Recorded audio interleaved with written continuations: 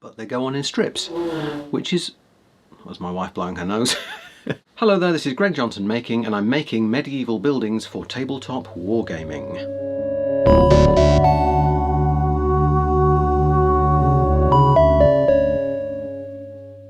Previously on Greg Johnson Making. I made some big promises that this video would be 4 medieval buildings in one video made with 4 different techniques, and while I have done that, and it's not beyond my abilities as an editor to get 5 hours and 32 minutes of making footage into a nice, pithy, probably 50-minute long YouTube video, I thought let's split it into 2. What are we making? We're going to make, on my little pad, we're going to make a stable using the classic Mega Blocks placemats and wallpaper method, a barn out of all wood, that's tricky but rewarding. Then in part 2 I'm going to make a house out of signboard, foam clay and fun fur, and a 2-storey tavern out of corrugated plastic, cork and EVA foam. Lots of different ways to make roofs, walls and windows, which are the best glues to use for which job. Many tips because I've tried many techniques. So buckle up buttercup and let's go. The stable. This is the only of the buildings that doesn't have a playable interior, so it's just a nice block.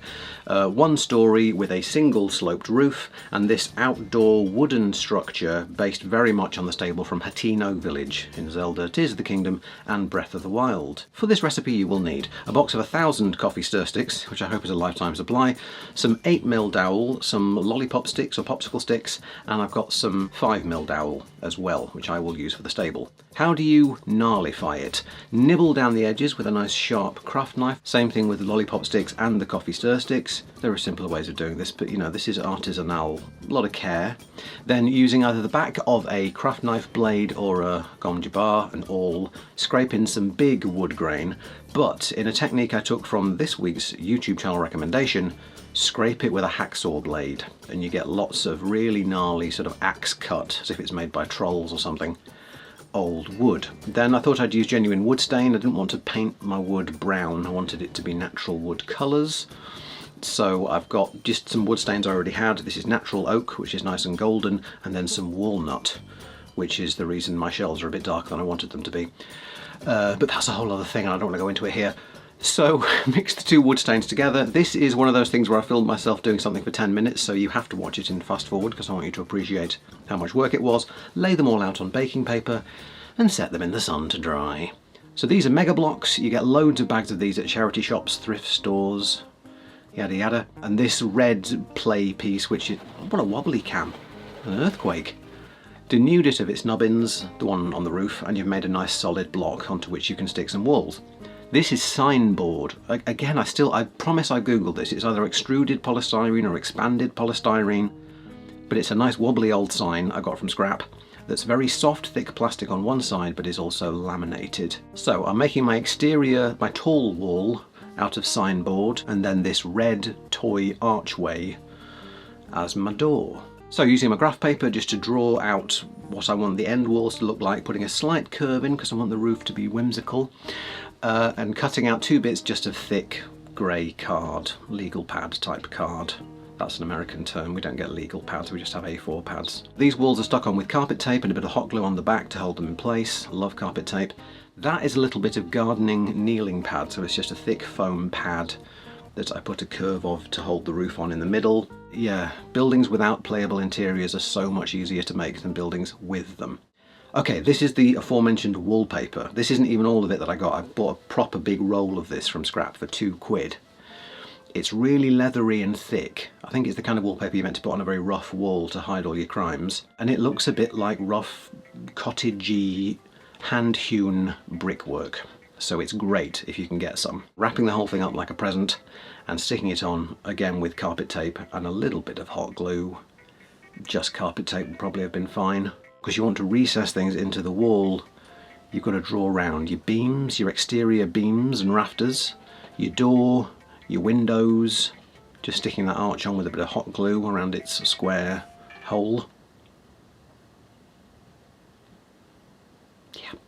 So, placemats. Did someone say placemats? Yes, I did. A while ago I made some twig masks for a horror film I wrote and directed, and I thought at the time that these bamboo placemats might be a good base for a mask made of solid twigs. In the end I didn't use them, so I've got all these weirdly shaped offcuts of bamboo placemat. But it's wooden planks that are already joined together for you, so that's good. Cut it into a door shape, again roll it up, texture it with a hacksaw blade, really nice easy way to get some wood grain.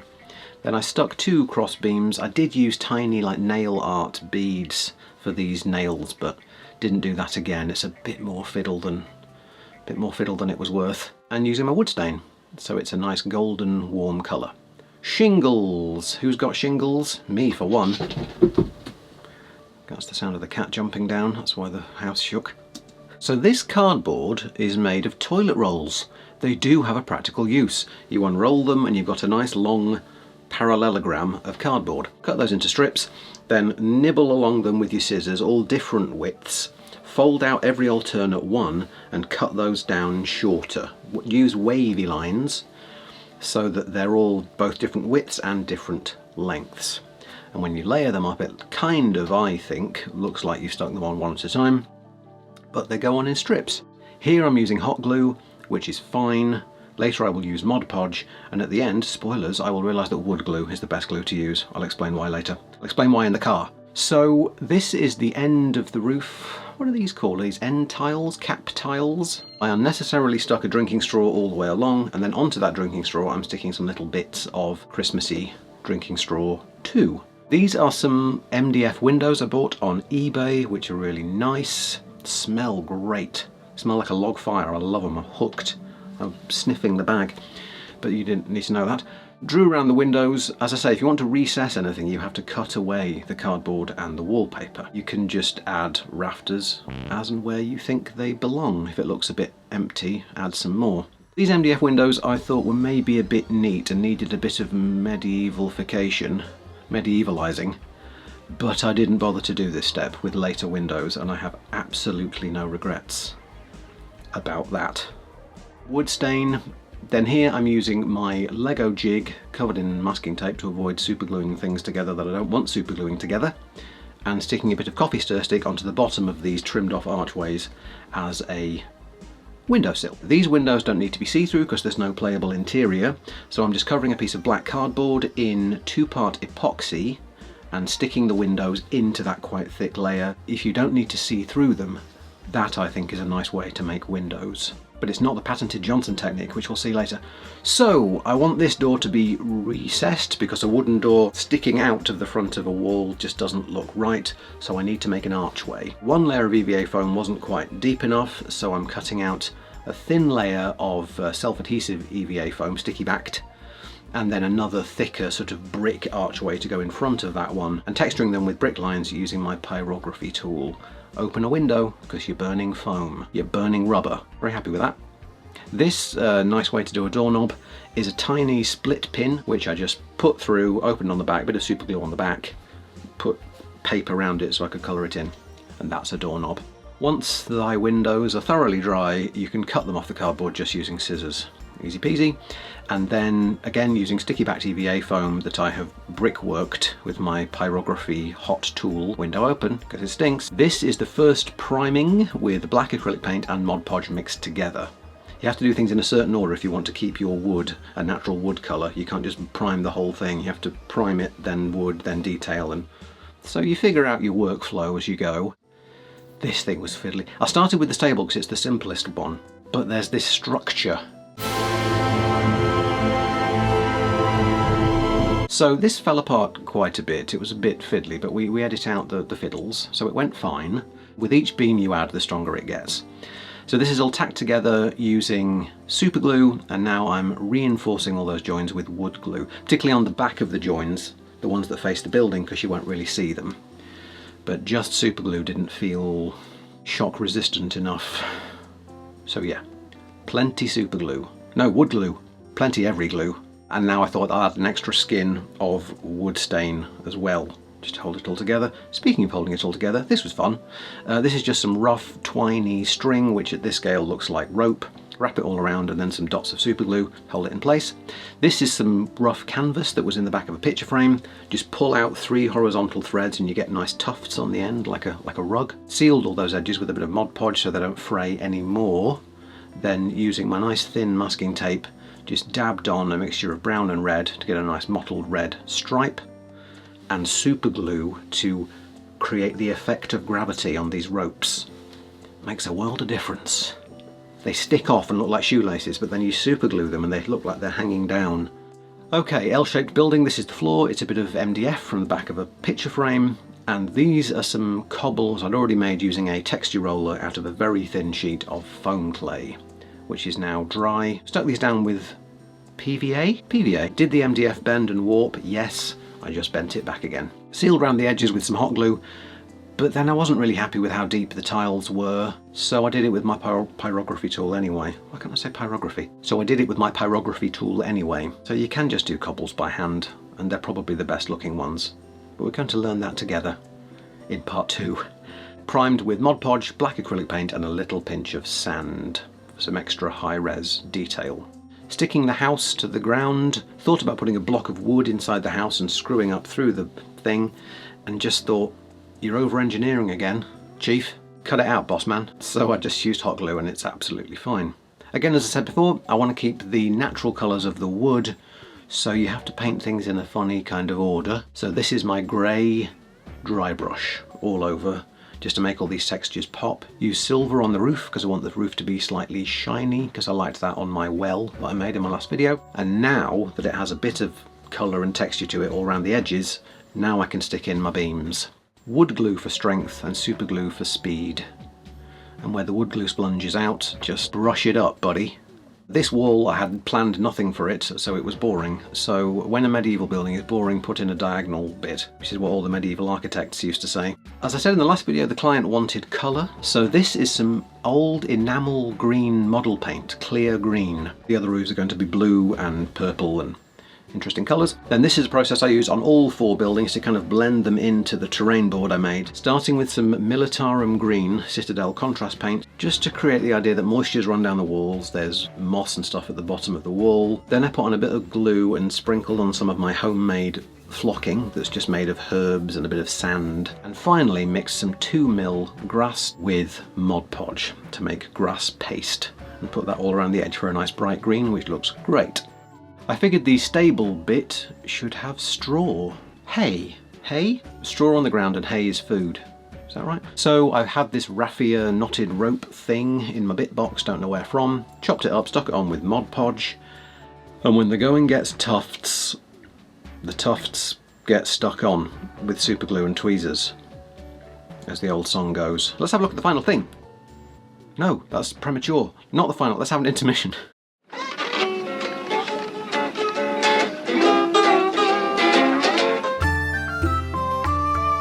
Make a barn. So this one's all wood and has a playable interior or removable roof. So the tricky thing with this one is that you're not just sticking your coffee stir sticks and your planks to some cardboard, you want both sides of the wall to look good. This is a cork-backed placemat, more placemat again, which is going to be my base, my floor. And then how do you make the walls? I took some of my pre-textured, pre-stained coffee stir sticks, stuck them all into panels on some wide masking tape, and then just stuck on the vertical struts with super glue to hold it all together. Turn it over, remove the masking tape once you've got at least one vertical strut on that side, and put a couple more on the back. Then anywhere you want a door edge or a window edge, put on a vertical popsicle stick, and here I've just cut out a window. To decide where this big double door would go, I made a whole wall, again put lolly sticks vertically where I wanted the door frame to be, then cut out that gap. A gap which, when turned through 90 degrees, was exactly the right width to be double doors. That's a coincidence, right? Because I didn't plan that. Okay. Cool story, bro. This is my window technique that I think I've invented, that I'm very proud of. So take some clear plastic packaging, I think these were croissants, and a bit of plasterboard drywall tape. Colour in the tape both sides with a black permanent marker, slightly stretch it out so the diamonds are slightly more vertical rather than squares. Stick that tape onto the clear packaging and then do a thin skin of UV resin, which you set using the power of intense purpleness, and you just get this gnarly medieval window that's easy to make and I think looks cool. So there, stuck on the inside of the wall with more UV resin, because if you use super glue it might fog up the clear plastic. Let's raise this barn. Cut out squares from the corner of the cork placemat and stick on your verticals. Do you want your walls to meet at the corner? Do you want a slight gap where you see the beam? Do your walls stick to the insides of the beam so the beams are on the outside? It's just a choice. I decided to recess them slightly so there's a bit of a gap. Then, before I stuck the fourth wall on, I thought, ooh, I'll texture the floor now. It's easier, because I wouldn't want to break the fourth wall. So using the very last of my terrain goop from the last video, revivified with a bit of water and Mod Podge, then isopropyl alcohol to help the glue spread around, and a sprinkle of sand to taste. Then top the walls with these 8mm beams. The eaves, the ends of the roof. So here I've taped some thin masking tape, again sticky side up, and then just building it on top of my template that I've cut out of graph paper. Just stick down your coffee stir sticks. Get them all parallel and tightly stuck together, and then stick diagonal eave beams. Eave beams. She's great. Then gingerly turn that over with as much gingerness as you can and put a horizontal one across. Cut off your overhangs, stick a vertical and some diagonal beams to make it look medieval and funky. Then I just pretty crudely joined these two eaves together with the biggest square dowel I could find, tacked in place with hot glue, and then held in place with super glue and baking soda. 8mm square dowels down the outside, and then didn't really need to do this because cardboard will hold itself in place fine, but I stuck on some lollipop stick rafters. I decided I wanted the roof to look nice if you look up into it, if you take the roof off and turn it over. Which is why here I am laminating using some sticky wood grain laminate that I got from R.I.P. Wilco, so that the underside of the roof is wood textured. Didn't need to, but it's fine and looks quite good. We'll never see that again. No one ever will, probably. Shingles. So here shingling again, this time sticking on with Mod Podge, which works fine, but works better if you put the Mod Podge on, then wait for a minute. It's why wood glue is the best glue for this job, because it's thick and strong, and it's tacky as soon as you put it on, and dries quickly too. Let's go nuts and dry brush this thing with some antique gold. And then these again are eave caps, ridge tiles, and I decided this one would be purple, so just dry brushing it with some purple details. And again the same grounding technique, Militarum green contrast paint, a little bit of flocking with some 2mm static grass mixed in with Mod Podge. And now I will allow you to see the finished things.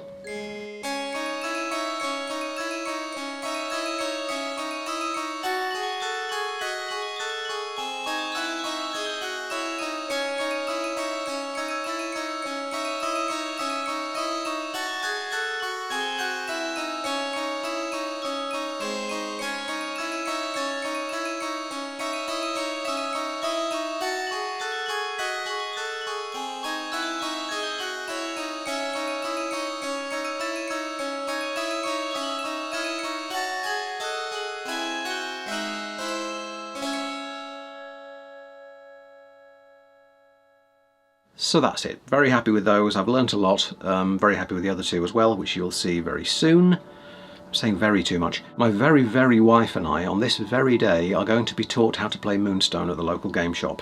The Grand Strategia! This evening, as at time of filming, with Mark, who runs the place, who was very happy with the game board and the buildings. So that's nice. And assuming that event does happen, here's a photo of it. Do we look happy? I don't know. This week's YouTube channel recommendation, if you want to see where I've got most of these techniques from, is Devs and Dice. Leif, he makes wonderful... Mordheim is the game that mostly uses medieval ruined buildings in wargaming, and he just, if you want to see medieval buildings, I think he makes the best ones. Thanks very much. Part 2 is coming up. If you enjoy these videos, please sign up to my Patreon to need some more patrons. We're done. As always, all my love and gratitude to my wonderful patrons. I appreciate every one of you so much. I can't even. But in the meantime, lots of love from me. Thank you so much for watching, and I will see you in part 2. Bye.